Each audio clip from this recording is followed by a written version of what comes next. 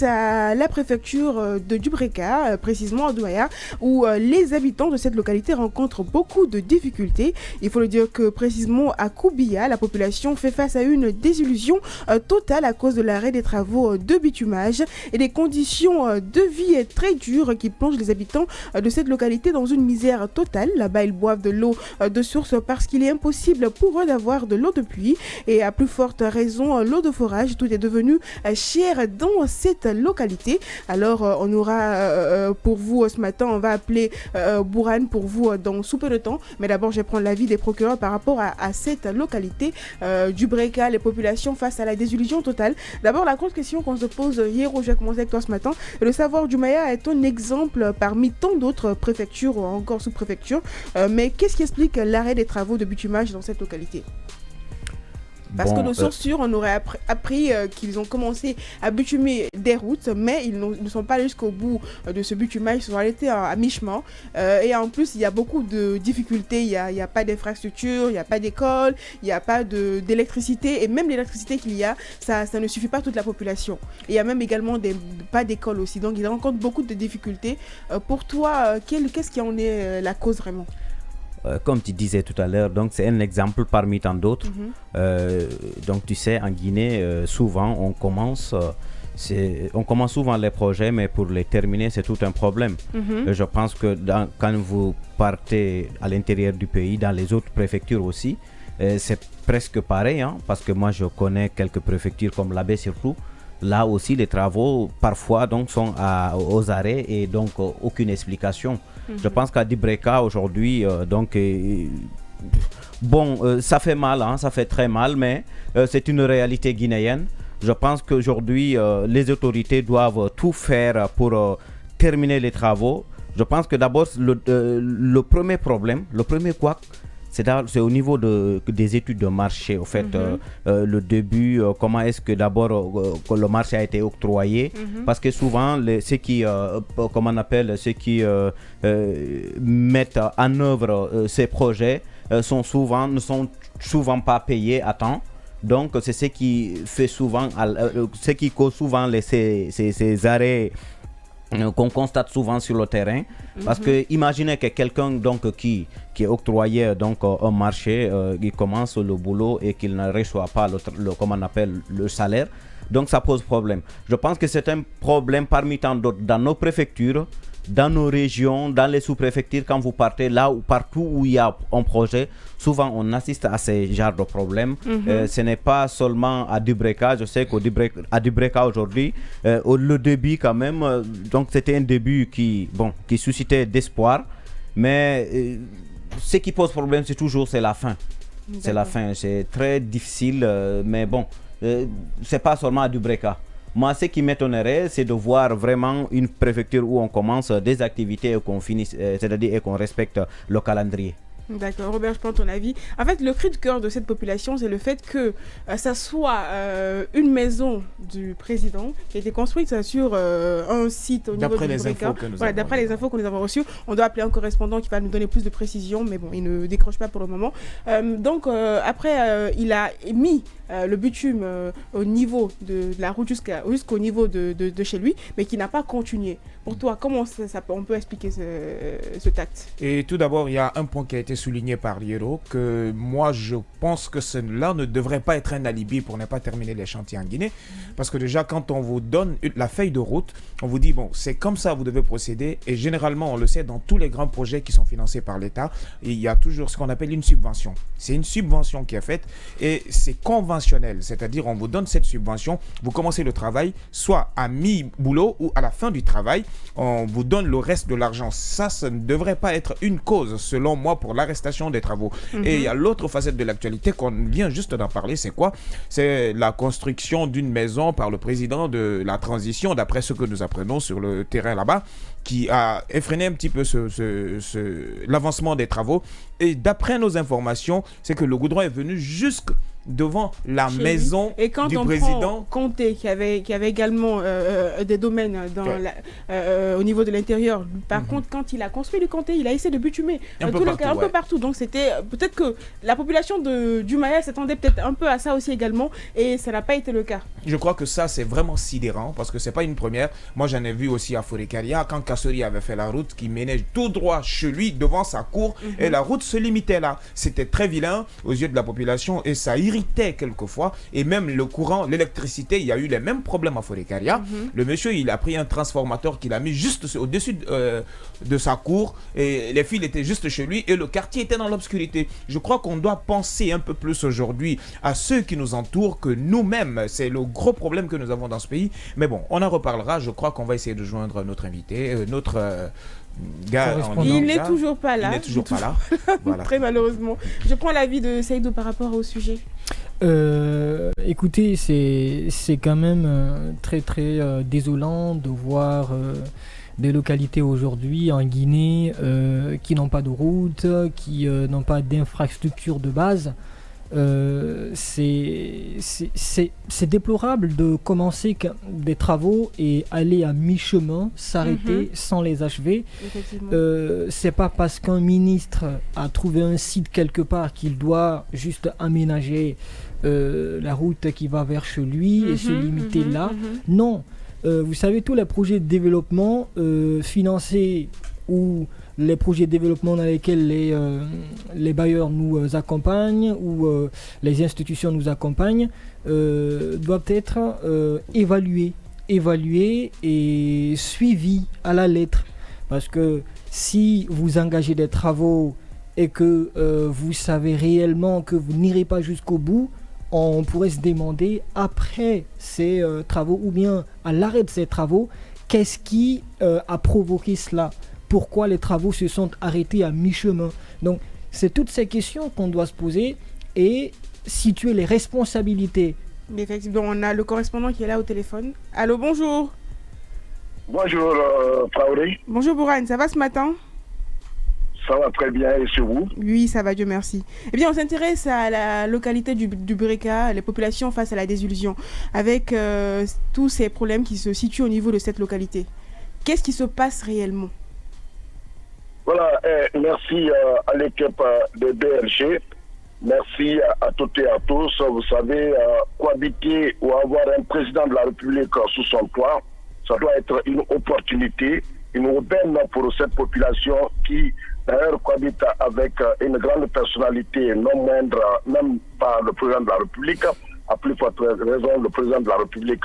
Cohabiter avec lui, ça doit être une opportunité, j'ai dit à l'entame de cette émission, qui est que depuis le 5 septembre 2021, lorsque nous avons entendu que le président de la République a pris le pouvoir, étant donné qu'il était à la finition de sa résidence du côté de Yumaya, quartier Kobia, en préfecture commune urbaine de Dubreka, nous avons la population a suscité comme quoi, certes, les difficultés auxquelles se trouvent confrontés les citoyens de ce secteur Yumaya vont tous avoir une lueur d'espoir, c'est-à-dire l'amélioration des conditions de vie de ces citoyens, notamment pas pour distribuer de l'argent, mais c'est pour trouver des infrastructures sociales de base.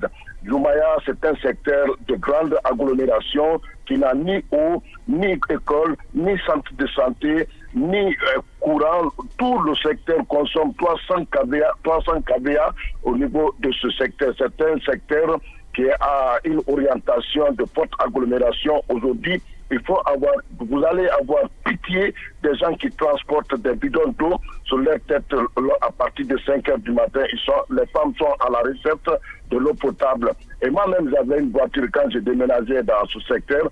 Cette voiture est gâtée à cause du transport des bidons d'eau de kilomètre 5 jusqu'à Yumaya. On va dire que nous, c'était une bonne fois pour les citoyens du secteur. Nous avons organisé une lecture de Saint-Coran pour implorer la grâce de Dieu pour que le président de la République nouvellement venu, c'est notre cohabitant, c'est notre voisin direct.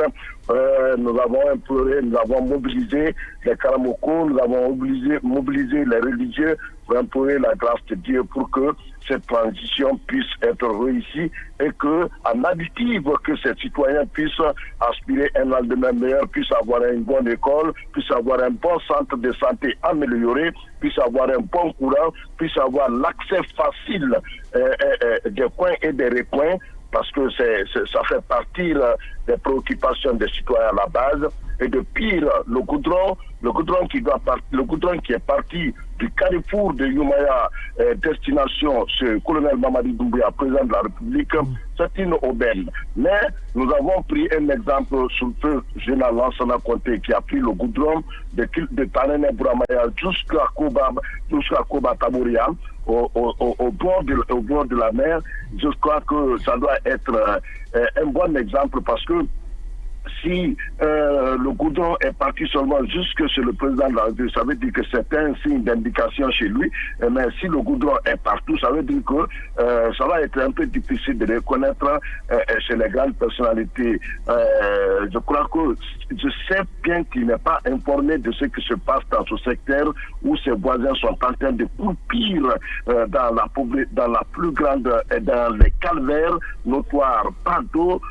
Pendant Bourhan, sans vous interrompre, à en croire vos dires, c'est-à-dire que vous confirmez cette information qui nous dit que le président a envoyé le goudron jusque devant sa maison et puis c'est tout, c'est cela? Au-delà même de cet aspect que vous êtes en manque criard d'infrastructures et même des besoins primaires vitaux, à savoir l'eau. Je pense que c'est... vous confirmez cette information. Moi, je cohabite avec le président de la République il y a une distance au moins d'1 kilomètre, quelque chose comme ça. Comment dire, on n'est pas loin. Moi je cohabite avec lui. Ce que je vous dis, ce qui se passe. Donc, ça veut dire que c'est pas lui, mais ceux-là qui ont réalisé les travaux, qu'ils sachent que s'ils doivent faire ces arts d'infrastructure, ils doivent penser aux voisins directs du président de la République, mettre des goudrons dans toutes les ruelles des arts qui se trouvent aux alentours de Youmaya. Mais vouloir prendre le goudron uniquement vers chez lui, ça veut dire que ça va être un signe d'indication pour certainement d'autres qui veulent connaître celui ou d'autres qui peuvent avoir d'autres illusions par rapport à son investissement ou quoi. Je crois qu'il doit penser. Alors, Bourhan, oui. Aujourd'hui, cette localité fait face à d'énormes difficultés parce que vous l'avez tout à l'heure évoqué, il y a un manque criard d'infrastructures de base, il le disait tout à l'heure d'ailleurs Robert. Alors moi j'aimerais juste savoir, parce que c'est aussi vital d'avoir un marché, comment les femmes s'organisent pour aller au marché? Est-ce qu'il y a un marché, un grand marché à proximité en fait, pour ne pas que les femmes se déplacent pour aller très loin? Voilà, il y a un marché de proximité, mais le marché n'est pas pourvu de frigo. Vous savez, il y a d'autres opportunités que les femmes sont à la recherche. Il n'y a pas de poisson, elles sont obligées de partir très loin pour chercher le poisson. Le marché est là, mais le marché n'est pas fortement alimenté par des additifs eux-mêmes. Le marché qui est là, dès que vous regardez le genre de marché, c'est pas un marché d'ailleurs qui est complètement bien aménagé. Vous savez, les femmes ont besoin de certaines commodités pour pouvoir rester dans ce genre de milieu pendant un bon moment. C'est-à-dire que le président de la République, c'est un plaidoyer qu'aujourd'hui que nous sommes en train de formuler auprès de lui, parce que lui ne vient pas régulièrement dans ce secteur Youmaya, lui ne vient pas régulièrement dans ce secteur Youmaya, mais qu'on attire son attention que rien ne bouge, rien ne va chez ses voisins de Youmaya. Et moi, j'ai toujours participé au conseil communal pour attirer l'attention des élus locaux par rapport aux difficultés que nous sommes en train de subir dans ce secteur. Nous n'avons pas de l'eau. Okay. Quand ils ont fermé les cliniques clandestines, les cliniques clandestines, nous étions obligés, quand quelqu'un tombe malade, tu es obligé de payer 10 000 francs aller-retour pour aller au Clément 5 ou à Dubrekaville pour se faire soigner. Même les enfants, vous savez, dans cette période, les enfants sont fragiles.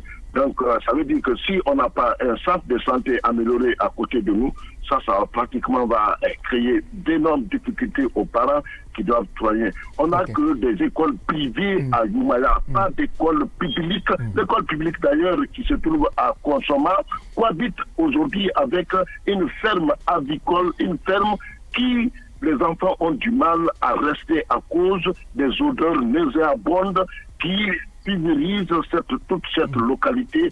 En tout cas, que la dernière fois, nous avons passé là-bas avec Al-Gassim, nous avons fait des images, nous avons pris la réaction des uns et des autres. Le chef secteur nous a confié que la ferme là appartient à l'opérateur Alcine Bari, depuis son installation n'a pas pensé aux voisins, n'a pas pensé au voisinage. Merci bien Chauveau Bourane. Hein? C'est toujours cette question qui refait surface parce que c'est pas mais c'est pas la seule localité. Hein. Il y a d'autres localités aujourd'hui qui manquent vraiment, qui sont en manque de plusieurs infrastructures à l'intérieur du pays. On n'en parle même pas. Donc la préfecture de Dobreka, cette localité de la préfecture de Dobreka n'est qu'un exemple parmi tant d'autres. Et Hierro? Oui, on l'a écouté, hein, il a résumé. Donc, moi, je pense que, comme le disait, comme on appelle Saïdou, donc c'est un problème qui gangrène notre société, nos préfectures et autres. Donc, mais à Dobreka, je pense qu'aujourd'hui, lorsqu'on parle de route, c'est-à-dire un ministre ou un président, donc qui envoie le goudron jusqu'à chez lui, donc et laisser les autres. Ce n'est pas une première. Moi, je pense que même à la baie, lorsque M. Seldalin était Premier ministre, c'était pareil aussi. Hein. Et Général Korka aussi à Koza, quand vous partez, ceux qui connaissent chez lui, donc quand il était ministre aussi. Donc, c'était la même chose en fait. C'est une habitude guinéenne. On pense qu'aujourd'hui, quand vous occupez d'autres fonctions, donc vous êtes plus nanti, donc vous avez le droit plus que les autres. Le privilège vous appartient. Donc les autres donc sont laissés à eux. Donc c'est ce qui fait mal. Mais bon. Comme il l'a aussi signalé tout à l'heure, Bourane, quand on l'avait au téléphone, que certes, le président, il n'est pas au courant de ce qui se passe sur le terrain, parce que pratiquement, il y a beaucoup de choses qui se passent. Mais moi, je pense que c'est une façon de l'interpeller. Hein.